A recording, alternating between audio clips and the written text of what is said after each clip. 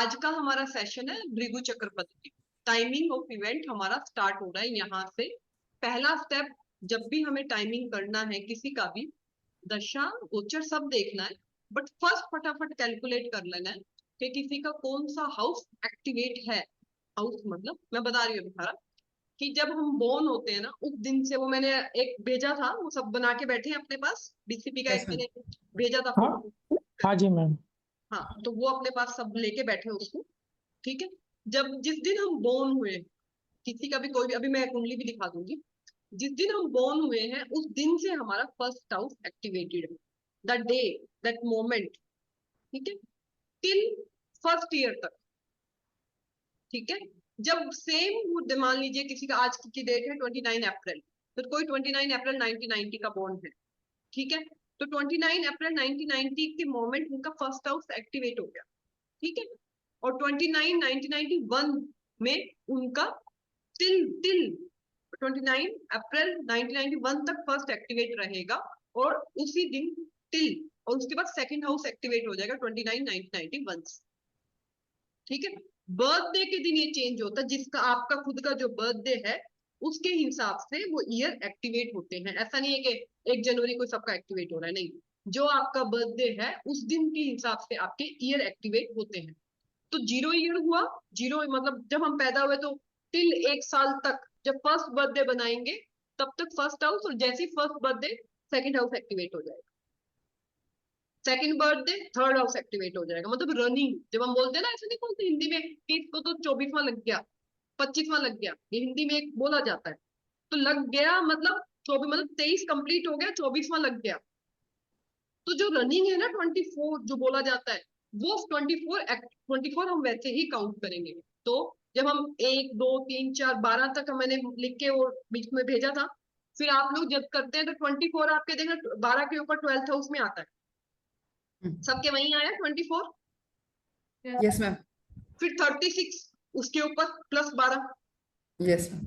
फिर 48, देन 60। ठीक है, ये हाउस ऐसे ही एक्टिवेट रहते हैं। ठीक है, तो इसको इस तरह से ये देखने का तरीका है कि हम बीसीपी, अब मैं बीसीपी का पीपीटी शेयर करती हूँ और फिर बताऊंगी कि हमें इवेंट कैसे निकालने हैं इसमें। पहले आप देखिए कि बीसीपी का ये जो मैंने आपको भेजा था वो मेरा इस पे बना हुआ है, भृगु चक्र पद्धति, आप सभी को दिख रहा है बीसीपी।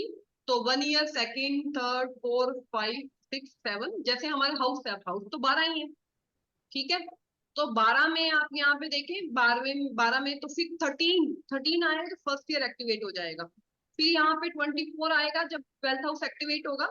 जब 25 आएगा फिर फर्स्ट हाउस एक्टिवेट हो जाएगा। यहाँ 36 आएगा ट्वेल्थ हाउस में, 37 में फिर आपका फर्स्ट हाउस एक्टिवेट हो जाएगा।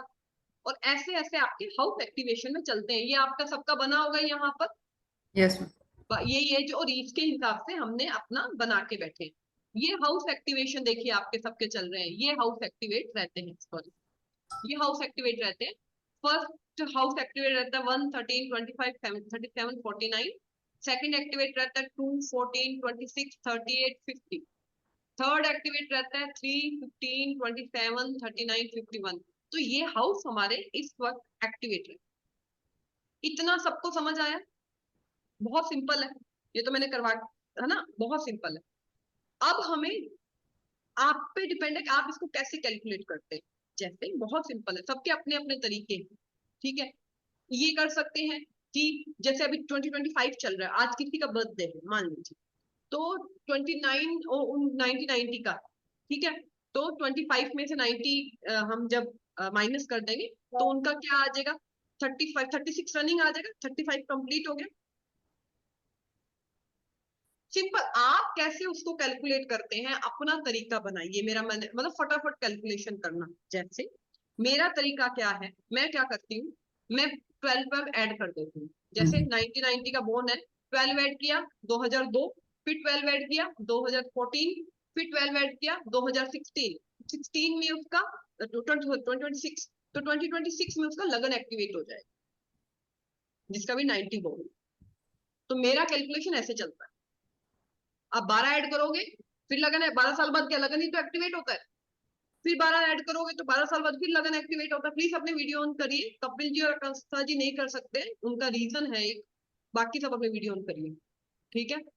तो 12 ऐड करने से वो ईयर एक्टिवेट हो जाता है। इतना सबको समझ आया? आप कैसे भी उसको कैलकुलेट कर सकते हो, डिपेंड्स आपको कितना इजी, किसी अपना क्या तरीका। मेरा ये, मैंने अपना तरीका बता दिया कि मैं तो जो भी डेट आती है फटाफट 12 इसमें ऐड करती हूँ और वो लगन एक्टिवेट हो जाता है, ठीक है। अभी जैसे, और उसके हिसाब से मैं काउंट कर लेती हूँ कि अभी इस साल में कौन सा हाउस एक्टिवेट, ठीक है। अब पहला क्वेश्चन आता है कि 12 साल से सेम हाउस एक्टिवेट होगा तो क्या सेम इवेंट आएगा मैम? पहला क्वेश्चन लोगों का यही होता है कि 12वां, तो लेकिन देश काल पात्र चेंज हो जाता है ना। 5th हाउस बचपन में एक्टिवेट होगा तो स्कूलिंग है, 17 तो लव अफेयर्स है, 30 में संतान है। वैसे वैसे हाउस के कारतत्व भी तो चेंज होंगे ना। अब 12 साल के बच्चे का, अब किसी का 12वें मतलब 18 ईयर में, आज के टाइम में किसी का 7th हाउस एक्टिवेट होता है, तो आप ये तो नहीं बोल सकते शादी, पहले टाइम पे बोल सकते थे पर आज के टाइम पे आप नहीं बोल सकते 19th में। तो डिपेंड्स कि आप वो कैसे क्वेश्चंस आ रहे हैं और कैसे वो, ऐसा नहीं हो, देश काल पात्र के हिसाब से वो चेंज हो जाता है, ठीक है। पहला चीज। दूसरा चीज, हमें बहुत सिंपल रखना है बीसीपी को, कुछ भी बहुत ज्यादा उसको ऐसे बढ़ाना नहीं है कि प्रिडिक्शन ही ना निकाल पाए, ठीक है। तो पहला चीज है जो हाउस एक्टिवेट हुआ है उसको लिखना है। मान लीजिए किसी का 5th हाउस एक्टिवेट होता है।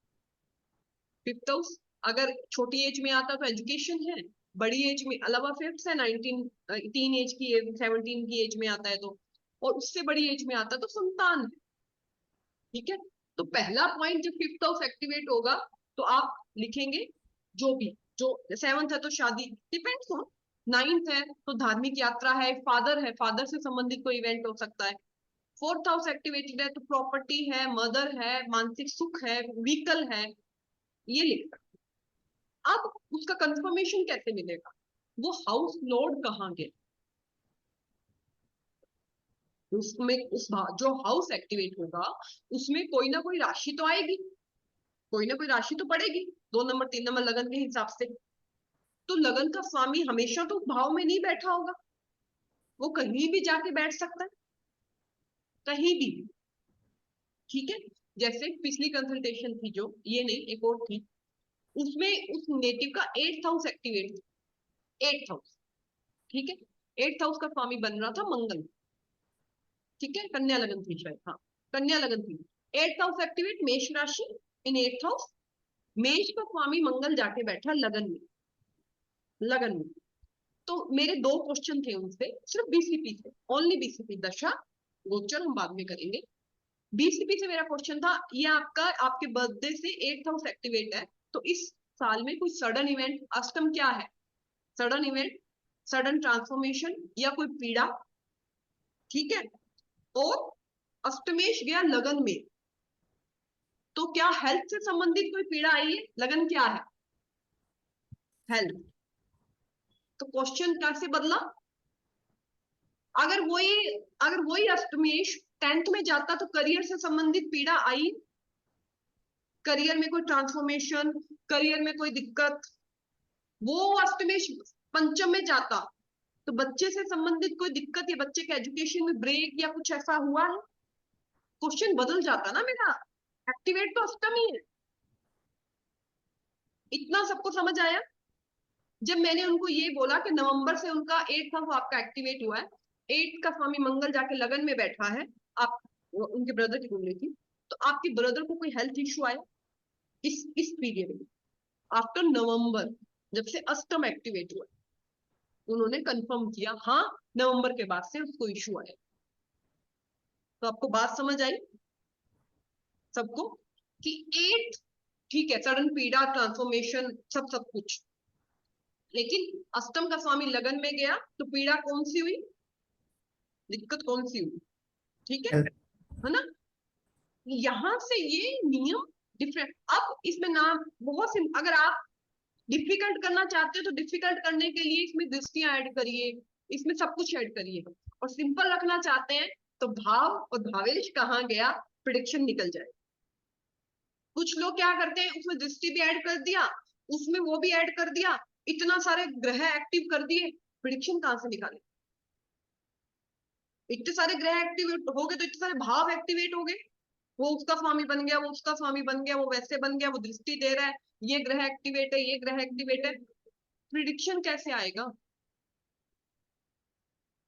सिंपल रखना है बीसीपी को, जो हाउस एक्टिवेट है उसको रखना है, और हाउस का स्वामी कहाँ गए, और जो राशि आती है, राशि की अपनी एनर्जी है, उसको तो हम यूज करेंगे ना, जैसे अष्टम को हम यूज कर रहे हैं कि अष्टम आपका ट्रांसफॉर्मेशन है, मेषा है, मेष राशि, तो आपने इस साल कुछ नया start, new beginning, Mesha is new beginning, तो आपके ब्रदर ने कुछ न्यू स्टार्ट किया है, बस इतना सिंपल। 3 नंबर आता है तो कुछ स्किल में, कुछ स्किल में या कुछ कम्युनिकेशन डिवाइस में कुछ लिया है आपके ब्रदर ने, मतलब अगर राशि वो आती है तो बहुत सिंपल रखिए, जितने आप ग्रह ऐड करेंगे, जितने पॉइंट ऐड करेंगे, कुंडली उतनी डिफिकल्ट हो जाएगी, तो जितना सिंपल इसको रखिए, डीसीपी, हाउस कौन सा एक्टिवेट है और किस भाव में जाके वो हाउस का स्वामी जाकर बैठा है, दोनों को ऐड, बस सिंपल इन दो को ऐड करिए, उनसे क्या कॉम्बिनेशन बनता है, क्या शनि आ रहा है, मान लीजिए बहुत सिंपल सा, एक बार एक कुंडली आई थी, पंचम हाउस एक्टिवेट था, ठीक है, पंचम हाउस एक्टिवेट था, पंचम का स्वामी सप्तम में जाके बैठा, पंचम का स्वामी सप्तम में जाके बैठा, पंचम का स्वामी बन रहा था सैटर्न, ठीक है, और सप्तम में वो केतु के साथ में, Saturn plus Ketu, Saturn plus Ketu, तो सैटर्न प्लस केतु मैंने क्या बता रखा है? करियर में ब्रेक। करियर में ब्रेक। करियर में ब्रेक, ठीक है, कहने को तो पंचम का स्वामी सप्तम में गया तो शादी से संबंधित या संतान से संबंधित इवेंट होना चाहिए, इंटेलिजेंस कहाँ जाएगी, बुद्धि कहाँ जाएगी उसको प्रयोग करने के लिए? कॉम्बिनेशन क्या बन रहा है, सैटर्न प्लस केतु, एक्टिवेशन क्या हो रहा है? करियर में ब्रेक। है ना, तो जो कॉम्बिनेशन साथ में बताए गए इतने सारे, हाँ रिलेशनशिप इशू है, संतान इशू है, लेकिन साथ में ये भी हमें याद रखना है कि ये कॉम्बिनेशन कर्म 10 नंबर साइन था, तो 10 नंबर साइन जाकर 7th हाउस में बैठा है विद केतु, 10 का स्वामी सैटर्न विद केतु, तो एक ये भी बनता है, संतान भी बनता है, गलत नहीं है, संतान, शादी भी बनता है देश काल पात्र के हिसाब से, वो भी गलत नहीं है, पर एक नया प्रिडिक्शन निकल के आता है, सैटर्न प्लस केतु, क्या इस वक्त, क्या आपके बर्थडे के बाद से करियर में कोई ब्रेक या चेंज हुआ है, ये भी तो हम बोल सकते हैं। मैम 6th हाउस का स्वामी भी तो हो गया ना, अगर 5th में। हाँ, है ना, वो तो डिफिकल्ट सपना जी कितना भी कर सकते हो अपनी मर्जी से, डिफिकल्ट आप कितना भी मर्जी कर सकते हो, मैं इजी करना बता सकती हूँ। इसको ऐसे भी ले सकते हैं कि जॉब में 7th, जब हम जॉब देखते हैं तो 7th हाउस देखते हैं, हाँ, तो उस हिसाब से भी हम कह सकते हैं कि ये ब्रेक आया है। 6th और 7th। देखते हैं जब हम 7th हाउस देखते हैं, हाँ बट कुछ देखो सैटर्न इज कारका फॉर करियर, ठीक है। ठीक है, ठीक डिफिकल्ट है। कितना भी बना सकते हैं, मैंने बोला किसी भी हाउस का स्वामी बना लो उसको, और किसी भी दृष्टि ले लो उनको, बाधक बना लो, मारक बना लो, कितना भी बनाओ यार, डिफिकल्ट डिफिकल्ट आज तक सब बना ही रहे हैं, मैं तो इजी करना सिखा रही हूँ,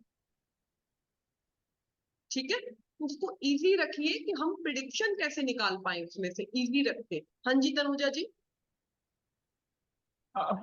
दीदी हम career, I mean 7th house में करियर देखते हैं क्या, जॉब के बारे में देखते हैं? नहीं नहीं नहीं, 7th हाउस से हम बिजनेस देखते हैं, बट वहां पर जो हाउस का जो स्वामी एक्टिवेट हुआ वो सैटर्न है, मान लीजिए वीनस एक्टिवेट होता तो हम शादी या रिलेशनशिप बोलते ना, सेम उस हाउस का स्वामी सैटर्न एक्टिवेट हुआ, सैटर्न इन विद केतु, तो हम कह रहे हैं कि भी करियर में आपके कुछ चेंज या ब्रेक, ठीक है, हाँ, तो इतना सबको समझ आया, बहुत सिंपल। मैं अभी मैम 10th को 7th को 10th से 10th वैसे नहीं ले सकते, भावत भाव।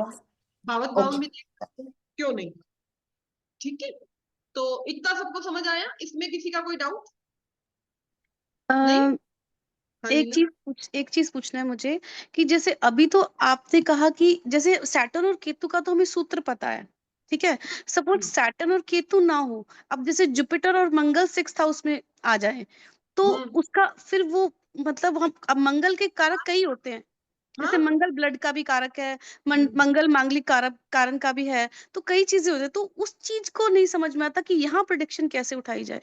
मंगल जैसे मैंने क्या बोला, फिफ्थ का स्वामी अगर मान लीजिए same same fifth house activate है, फिफ्थ हाउस का स्वामी सिक्स्थ में गया, सेम हाँ जी। Sixth is debit, sixth is enemy, रोग ऋण शत्रु। तो इस ठीक है, मंगल डेबिट का कारक है, जुपिटर कफ का कारक है बॉडी के अंदर, तो आपका क्या कर्जे बढ़े हैं ठीक अपने है। बर्थडे के बाद से? हमको कारक का तो याद रखना है, और वो तब जब बीसीपी में ईयर एक्टिवेटेड हो तब। नेचुरल है। Okay okay. क्योंकि ग्रह राजयोग का सबकी कुंडली के अंदर है, धन योग का सबकी कुंडली के अंदर है, लेकिन अगर वो दशा पीरियड एक्टिवेट ना हो तो क्या वो रिजल्ट देंगे? नहीं देंगे ना। तो वो एक्टिवेशन स्ट्रोंग होना चाहिए। अगर आपके कोई बोलता है मेरा उच्च का ग्रह है, मेरा नीच का ग्रह, पर उच्च के ग्रह की तो पीरियड ही नहीं आया,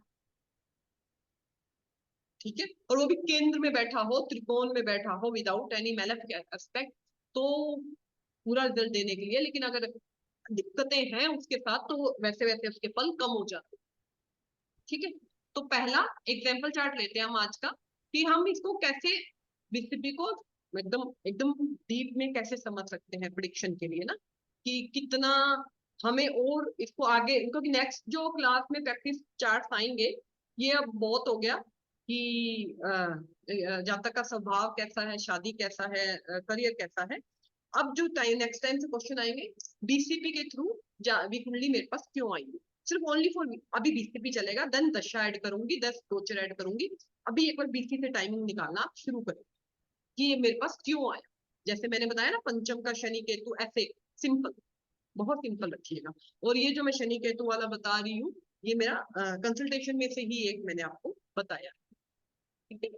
हम तो मैं शेयर करती हूँ आज का, मतलब पहला इंदिरा गांधी जी का चार्ट इसलिए शेयर कर रही हूँ क्योंकि आप लोगों को उनके लाइफ के इवेंट पता होते हैं, ठीक है। तो 1917 उनका बनता है, तो उनकी जो मैरिज की डेट है वो मैं आपको बता देती हूँ। तो एक सेकंड, मैरिज की डेट लिख लीजिए आप लोग सभी, 26 मार्च 1942, 26 मार्च 1942। डेट ऑफ बर्थ है 19 नवंबर, उसे आप लोग खुद काउंट करते रहिए, ठीक है। 19 नवंबर 1917, और जो मैरिज की डेट है वो 26 मार्च 1942, ठीक है। और उसके बाद जो उनकी संतान है राजीव गांधी जी, उनका वो है 20 अगस्त 1944। मैं इवेंट इसलिए दे रही हूँ कि आप उससे प्रेडिक्शन कैसे आप लोग निकालेंगे, ठीक है। उसके बाद आता है हमारा फर्स्ट टाइम इंडिया के जो प्राइम मिनिस्टर बने। मैम चाइल्ड वन का डेट बताएंगे फिर से प्लीज। लिखो, आपको स्क्रीन शेयर हो रहा है क्या? मैं दोबारा शेयर ही कर देती हूँ, 1 हाँ सेकेंड। मतलब चार्ट लगा हुआ है अभी तो। अरे एक सेकेंड, ये लीजिए, सबको दिख रहा है? हाँ जी। हाँ, तो ये आप इसमें मैंने डेट लिखा हुआ है, चाइल्ड बर्थ का है 20 अगस्त 1944, ठीक है। और फिर फर्स्ट टाइम प्राइम मिनिस्टर बने जनवरी 1966। उसके बाद जब पोजीशन में नहीं थे, मतलब उनका पोजीशन चला गया था जिस वक्त, वो था मार्च 77। फिर जनवरी में दोबारा पोजीशन में आए 1980, और देन उनका डेथ हुआ 31 अक्टूबर 1984, ठीक है। तो अब सबसे पहले आप लोग कैलकुलेट करिए 26 मार्च 1942 में उनका कौन सा हाउस एक्टिवेट था 1917 से, अगर आपको करना पड़े कैलकुलेट, तो 1917 से 1929, 25th first house. First house 1942 में उनका उनका जो बर्थडे था 19 नवंबर 1941 से उनका फर्स्ट हाउस एक्टिवेट हो गया था, ठीक है शशांक, ठीक है। तो उसके बाद टेक केयर, उसके बाद उनका जब बर्थडे था 19 नवंबर 1941 को 5th हाउस, मतलब 21st ईयर एक्टिवेट हुआ था, फर्स्ट हाउस एक्टिवेट हुआ था, तो फर्स्ट हाउस एक्टिवेट है, ठीक है। इतना सबका सही हुआ? सबने कैलकुलेट किया? सबको आ गया इतना? फर्स्ट हाउस एक्टिवेशन, मैरिज का जो हम कर रहे हैं वो फर्स्ट हाउस एक्टिवेट हो रहा है। हाँ हाँ जी। हाँ, ठीक है, तो उस 1970 से 1941 है ना, हाँ और 1970 देखना है। 1917 से 1917 से।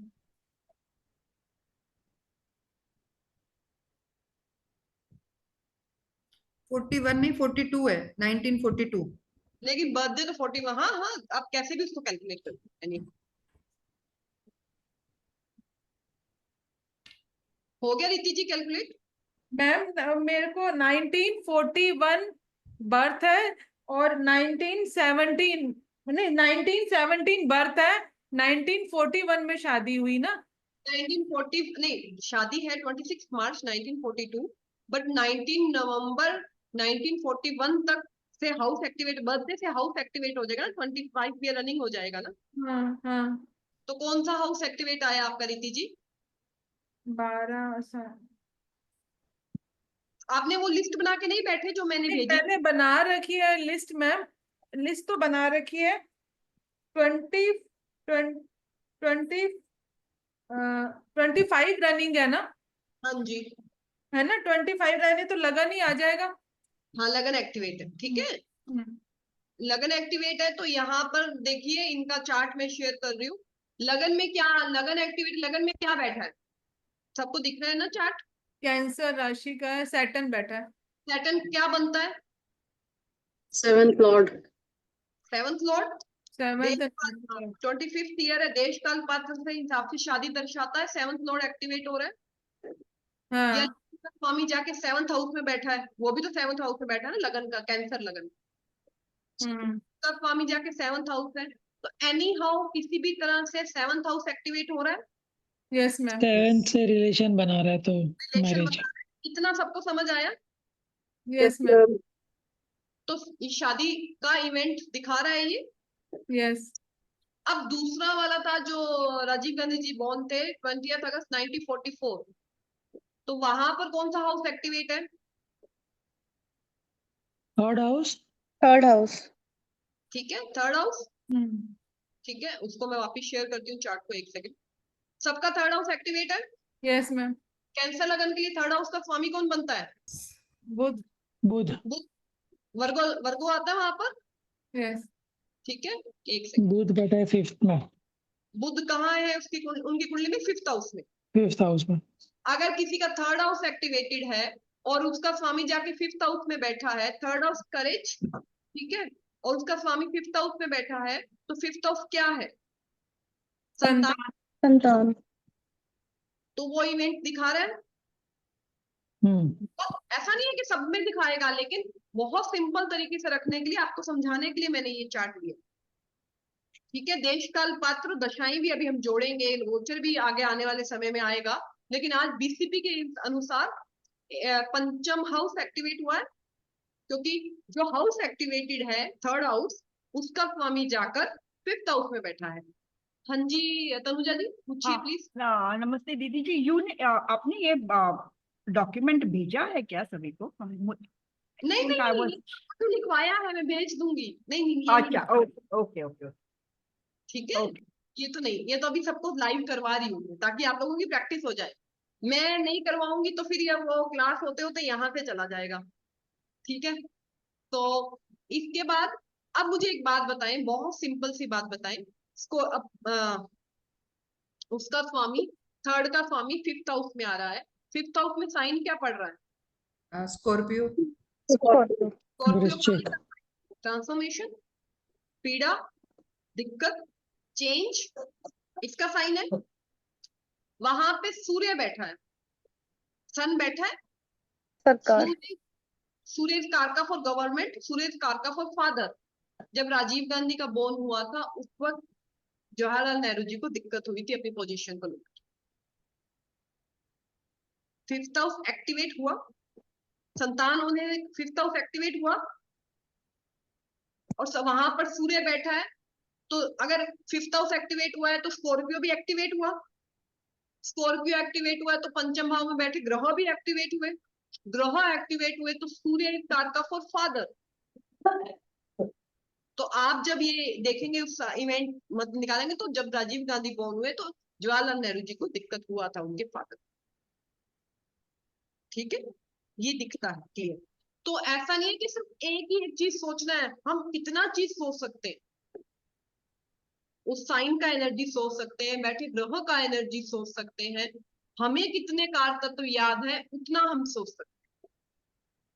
ठीक है, उसके बाद पहली बार जब वो पोजीशन में आए, ठीक है, जो मैं वापस शेयर कर देती हूँ आप लोगों को, वहां पे अभी हाउस कैलकुलेटेड है। पहली बार जब वो पोजीशन में आए जनवरी 1966, तो अगर हम 1966 तक कैलकुलेट करते हैं तो अगेन 49th ईयर रनिंग आता है।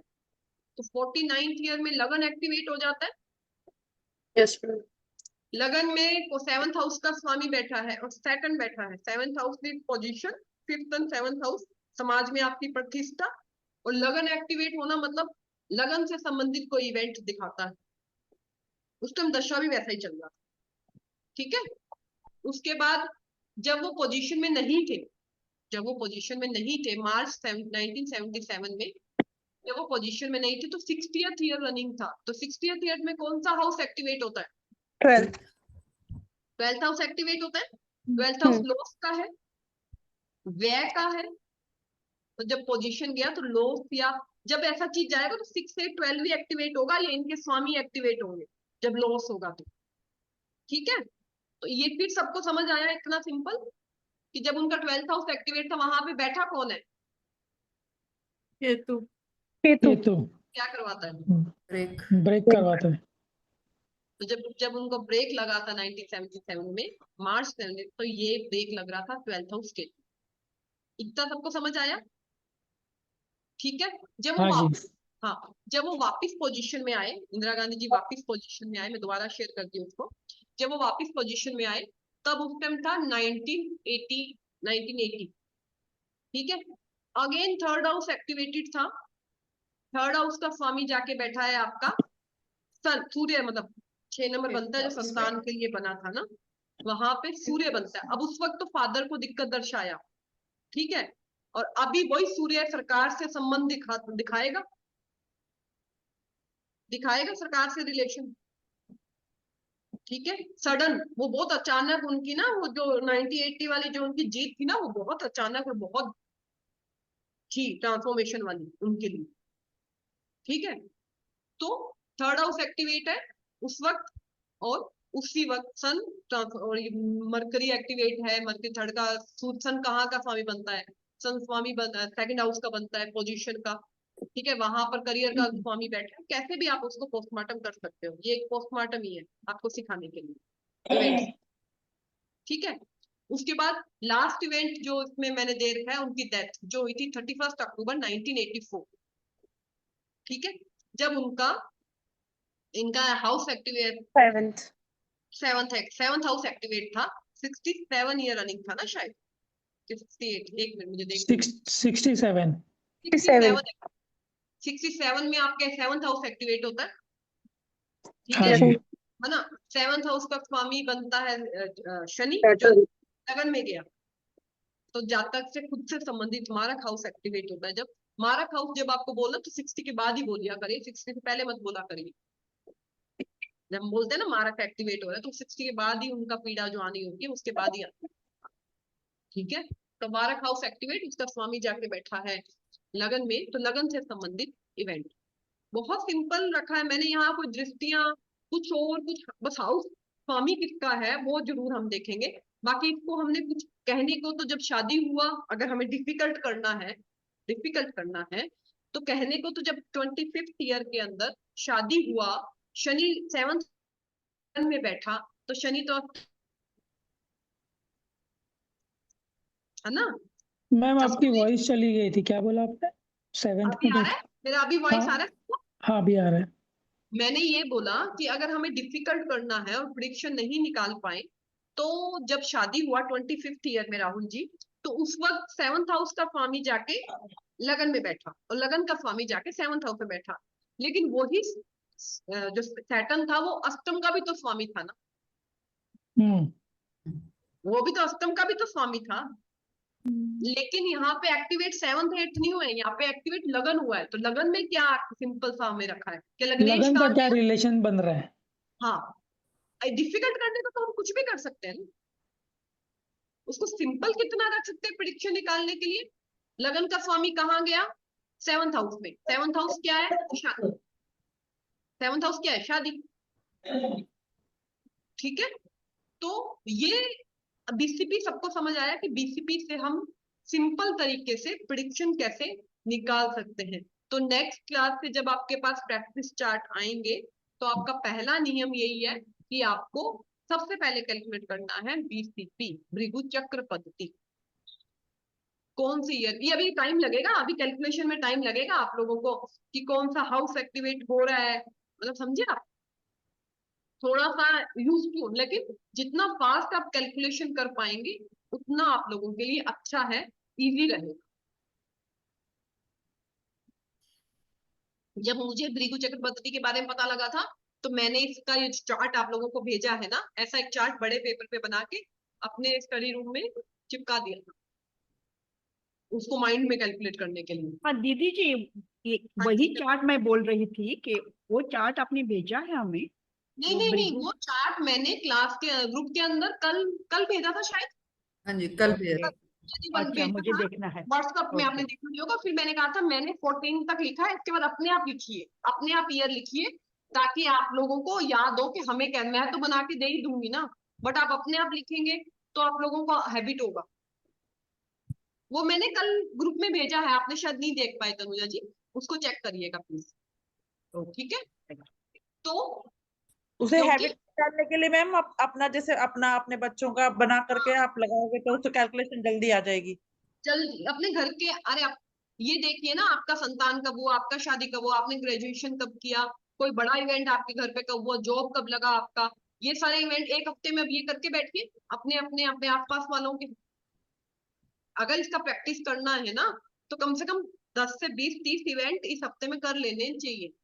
क्योंकि मेरे को तो जिस दिन पता लगा था मैंने तो उसी दिन शुरू कर दिया था, सबकी शादियां देख ली, सबके नौकरियां देख ली, सब देख लिया था। तो वो दिमाग में यहाँ एकदम से वो, देखो देखो क्या होता है, आप करवाई जाती है ना, और उसको आज आप इस वीक प्रैक्टिस करते हैं ना तो आप भूलेंगे नहीं कभी उसको। लेकिन आप अगले हफ्ते प्रैक्टिस करते हैं ना तो फिर तो उसका कोई सोल्यूशन नहीं।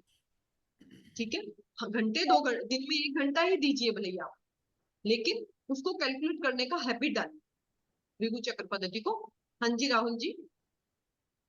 मैम मुझे एक क्वेश्चन था, जैसे कि मेरा मैरिज हुआ था मेरे 26 एज में, तो सेकंड हाउस एक्टिवेट था। सेकंड हाउस का जो लॉर्ड है वो मंगल है, एंड 7th हाउस का लॉर्ड भी मंगल बनता है। अब मंगल बैठा है 9th में, तो सेकंड का रिलेशन बन रहा है 9 से। हाँ, पर तो 7 से तो हम ये भी बोलेंगे कि 7 से भी बन रहा है। वो अभी मैं बताऊंगी शादी कब होगी, अभी अच्छा, अगली टॉपिक वही है, आप लोगों को ओके अपनी शादियां निकाल के बैठना है इसके बाद। Okay okay. ठीक है, तो मैडम, दीदी जी, हमें please, I am sorry, if you can just explain me that chart, how to calculate it, please, thank you. एक मिनट तनुजा जी, आप वापिस एक तो देखिए, 1 सेकंड दीजिएगा मुझे। ये देखो मैंने ये चार्ट तनुजा जी बना के भेजा था अपने हाथ से, वहां पर दिख रहा है, अभी सबको शेयर हो रहा है। ठीक है, तो तनुजा जी ये मैंने ना क्लास उस दिन कल जो ग्रुप पे, व्हाट्सएप ग्रुप पे मैंने ये भेजा था बना के।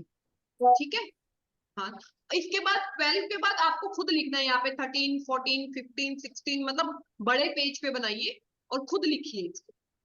ठीक है, तो आपको कैलकुलेशन की आदत पड़ेगी। अब मान लीजिए आप जो भी ईयर के बोर्न है, जैसे मान लो कोई 84 बोर्न, मान लीजिए अभी मैं सिर्फ एज ए एग्जांपल ले रही हूँ 84। ठीक है, अगर 84 में 12 ऐड करती हूँ, क्योंकि 12 अपने पास हाउस कितने हैं, 12 ही है, तो ऐड 12 भी करेंगे अपन। जैसे ही 12 ऐड करेंगे तो अपना लगन, हमेशा लगन एक्टिवेट होगा। क्यों? क्योंकि 12 साल में हमारा ये एक्टिवेट हो जाता है। रनिंग में हमारा 13 जो रनिंग होता है उसमें नेक्स्ट, उसमें लगन एक्टिवेट होता है। तो किसी का अगर 84 बोर्न है, अभी आज के टाइम तक कैलकुलेट करूं मैं आज तक, तो 84 किसी का एक्टिवेटेड है, वो बोर्न है, 85 प्लस 12 96, 96 प्लस 12 2008, और 8 + 12 2020, तो 2020 में उसका लगन एक्टिवेट हुआ। आप समझे तनुजा जी, 12 ऐड करते तो 2020 में लगन एक्टिवेट हुआ। तो 2020 में लगन एक्टिवेट, 21 में सेकंड हाउस एक्टिवेट, 22 में थर्ड हाउस एक्टिवेट, 24 में फोर्थ हाउस एक्टिवेट, और 25 बर्थडे आएगा जब तो फिफ्थ हाउस एक्टिवेट। ठीक है, 1 2 25 24 ऐसे हम लोग उसको कैलकुलेट करेंगे। सॉरी, 24 में फिफ्थ हाउस और 25 में सिक्स्थ हाउस एक्टिवेट। तो अब समझ आया तनुजा जी आपको?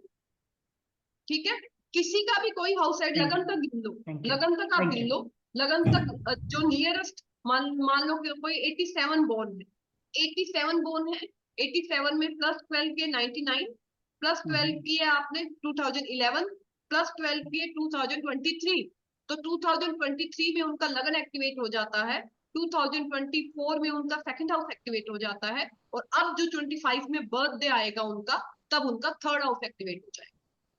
अच्छा, ठीक है, ओके, हमेशा थैंक यू। 12 लगन को एक्टिवेट, लगन तक गिन लो फटाफट 12 करके, और फिर उससे हाउस एक्टिवेट देख लो। लास्ट क्लोजेस्ट लास्ट कौन सा आता है? जैसे 2023 आया 87 वालों का, 84 वालों का 2020 आया, क्लोजेस्ट कौन सा, उससे फिर अपन हाउस पे आ जाते हैं। अब आगे तनुजा जी आपको, अब आपको इस हफ्ते क्या करना है तनुजा जी, जितने भी आपके पहले तो ऐसा चार्ट बना के रखना है, ठीक है, हाँ। ये वाला जो मैंने बनाया, और उसके बाद जितने भी आपके क्लोज पर्सन जिनके आपके पास चार्ट है, उनकी आज मैं बता रही हूँ शादी कैसे देखनी है। अब मैं बता रही हूँ, ठीक है, कि शादी कैसे, तो उनकी शादी की डेट लिखिए, और सिर्फ इतना लिखिए कौन सा हाउस एक्टिवेट था, उससे ज्यादा कुछ नहीं लिखना, अच्छा, कुछ भी नहीं लिखना, कोई दशा नहीं, कोई कुछ नहीं, सिर्फ आपको इतना लिखना है कि कौन सा हाउस उनका एक्टिवेट था। ठीक है, तो जब भी हमारा शादी, प्लीज जिनका भी म्यूट नहीं है म्यूट करिए एक बार, आपका क्वेश्चन हो तो प्लीज आप अनम्यूट कर लीजिएगा। ठीक है, जिनका भी हम जब शादी देखते हैं ना, तो सबसे पहले हमारा ये होता है कि शादी के हाउस कौन से हैं। ठीक है, वैसे तो बहुत मतलब 12 हाउस है, उसमें से तो 4-5 तो एक्टिवेट हो ही जाते हैं शादी के लिए, लेकिन बहुत सिंपल तरीके से नियरेस्ट शादी, मतलब हमारे पास कोई कुंडली आएगी तो हम यही देखेंगे ना अगले 1-2 साल में शादी कब होगी, हम ये तो नहीं देखेंगे 10 साल बाद शादी कब होगी, और अगर कोई शादी का पूछने आए तो नियरेस्ट कौन से हाउस एक्टिवेट है वो देखते हैं।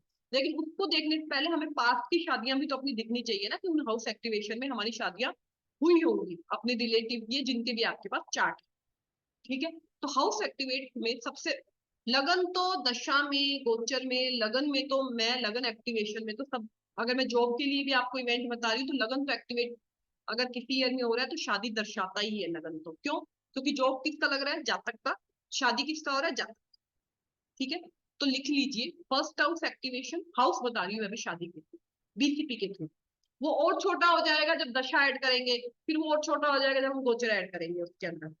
ठीक है, तो लिखिए आप सब first house, second house family, family में बढ़ोतरी हुआ है ना आपका। ठीक है, उसके बाद सेकंड हाउस के बाद आप उसमें ऐड करेंगे फिफ्थ हाउस, रिलेशनशिप। ठीक है, और रिलेशनशिप के बाद सेवंथ हाउस तो शादी देता ही है। First house, second house, seventh house, fifth house, seventh house and ninth house. Ninth house होते हैं आपके जितने भी रिचुअल्स होते हैं ना, फेरे होते हैं जो हमारे पारंपरिक मांगलिक कार्य है, वो तो नाइन्थ हाउस एक्टिवेशन शादी दिखाता है। ठीक है, first house, second house, fifth house, seventh house, ninth house and last is 11th house, इच्छा पूर्ति। वही मैं बोलने वाली थी मैम, 11th हाउस भी आता है शायद इसमें। तो 11th हाउस आपकी इच्छा पूर्ति, आपके जो भी तरह का आपका इच्छा पूर्ति हो रहा है वो 11th हाउस से देखा जाता है। हमेशा पैसा नहीं देखा जाता, गेन नहीं देखा जाता। First house, second house, fifth house relationship, seventh house marriage, ninth house. अब आप में से कितनों लोगों की शादियां हो गई इसमें, जो डेट लिख के बैठे हो आप लोग, कितनी हो गई? अपना तो हाउस शादी का एक्टिवेट करके मतलब लिख के बैठे होंगे ना, मेरा कौन सा हाउस एक्टिवेट था जब शादी हुआ। मैम इसमें 12th हाउस नहीं लेंगे क्या? अभी अभी आप आइए, अभी अभी रुकिए, अभी बहुत आएगा। अभी तो पहले ये बताइए कि इतने में सबका सब शादियां किस किस की होगी? शिल्पी जी आपकी हो गई, ठीक है। राहुल जी आपकी, प्रीति जी आपकी भी होगी, राहुल जी की होगी, ठीक है। अब जिनकी नहीं हुई है ना, जिनकी नहीं हुई है, अब वो सुनिए, ठीक है। जब लिब्रा एक्टिवेट हो, अब किसी का लिब्रा तो कहीं तो आएगा, ठीक है। लिब्रा शादी का, कालपुरुष की कुंडली के अंदर शादी दर्शाता है। तो किसी का लिब्रा एक्टिवेट हो या वीनस एक्टिवेट हो रहा हो, जहां वीनस बैठा है, जहां वीनस बैठा है, वीनस शादी देगा, नेचुरल है। जहां लिब्रा आ रहा है वो शादी देगा, या जहां पर आपका सेवंथ का स्वामी जाकर बैठा, सेवंथ नेटल आपकी कुंडली के अंदर सेवंथ का कोई तो स्वामी बनेगा ना, कोई मंगल बनेगा, किसी का बुध बनेगा, किसी का जो भी बनेगा, वो जाकर जिस भाव में बैठा है उस भाव और वो भाव भी एक्टिवेट होता है, वो भी शादी दर्शाता है। तो वो हो रहा है। अब हुआ किसी और का शादी के अभी भी रह गया, बाकी जो बचे हुए थे उनका शादी हो गया। मैम हाँ लगन में शुक्र है, मतलब 92 में अगर शादी हुई तो 10वां घर एक्टिवेटेड था, हाँ, तो लेकिन 10वें घर लगन का में स्वामी, शुक्र है। 10वें घर का स्वामी कौन बनता है? सूर्य सूर्य कहाँ बैठा है? दूसरे घर में, तो दूसरा घर क्या है? फैमिली। ठीक है, फैमिली, वो भी तो है। उसका स्वामी जाके अगर फिफ्थ में बैठता है तो वो भी तो हाउस एक्टिवेट होता है ना, जहाँ का स्वामी बैठता है, राइट, ठीक है। लेकिन अभी अभी उसमें भी और भी आ जाएगा, उससे भी कम कर दोगे आप अभी। ओके। तो Libra seventh house activate, seventh house का स्वामी जहां जाके बैठा, जो भी बना, एंड शुक्र जहां बैठा, वो हाउस जब भी एक्टिवेट होते हैं तो शादी दर्शा, ठीक है। लियो बताइए 8,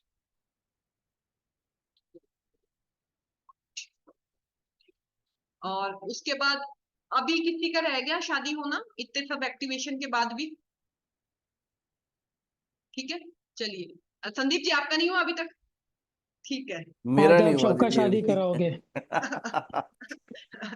और अमित जी आपका हो गया, लीना जी, नीलम जी आप सबका हो गया ना आज का, रेशमा जी हो गया, समझ आया? हाँ समझ आ गया मैम। हो गया। हो गया। अमित जी आपका हुआ? हुआ मैम, हुआ। हाँ जी, हाँ हुआ मैम। ठीक है। चलिए, अब जिनका नहीं होता अपनी अपनी कुंडलियां खोलिए, और आज एक नई चीज सिखाती हूँ, देखिए अब, ठीक है। ये मैंने कुंडली सेम इंदिरा गांधी जी का चार्ट खोला है वापस आप लोगों को सिखाने के लिए। यहाँ पर 3 जगह ना, थोड़ा सॉफ्टवेयर के अंदर ये नजर आता है, एस्ट्रोसेज के अंदर नहीं, शायद मैंने कभी नहीं देखा, आता होगा तो मुझे नहीं पता, ठीक है। तो जगन्नाथ थोड़ा सॉफ्टवेयर के अंदर आपको 3 चीज और देखनी है। ये क्या है, ये मुझे नहीं पता, मुझे किसने बताया मैं नहीं जानती, लेकिन जब मैंने लोगों की शादियां, मुझे एक्चुअली शादियां याद है अपनी पूरी फैमिली के, कम से कम 50 लोगों की डेट ऑफ बर्थ याद है, ठीक है। तो शादी की डेट याद है मुझे, जिस शादी में मैं रही हूँ वो शादी की डेट मुझे याद है।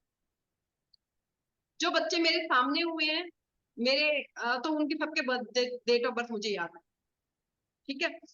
तो मैंने जिस दिन मुझे ये नियम पता लगा, मैंने उस सबकी मैंने डेट ऑफ बर्थ ले रखी है प्रैक्टिस करने के लिए, तो जिस दिन मुझे ये नियम पता लगा उस दिन ही मैंने सारे अप्लाई कर लिए थे, दैट मोमेंट।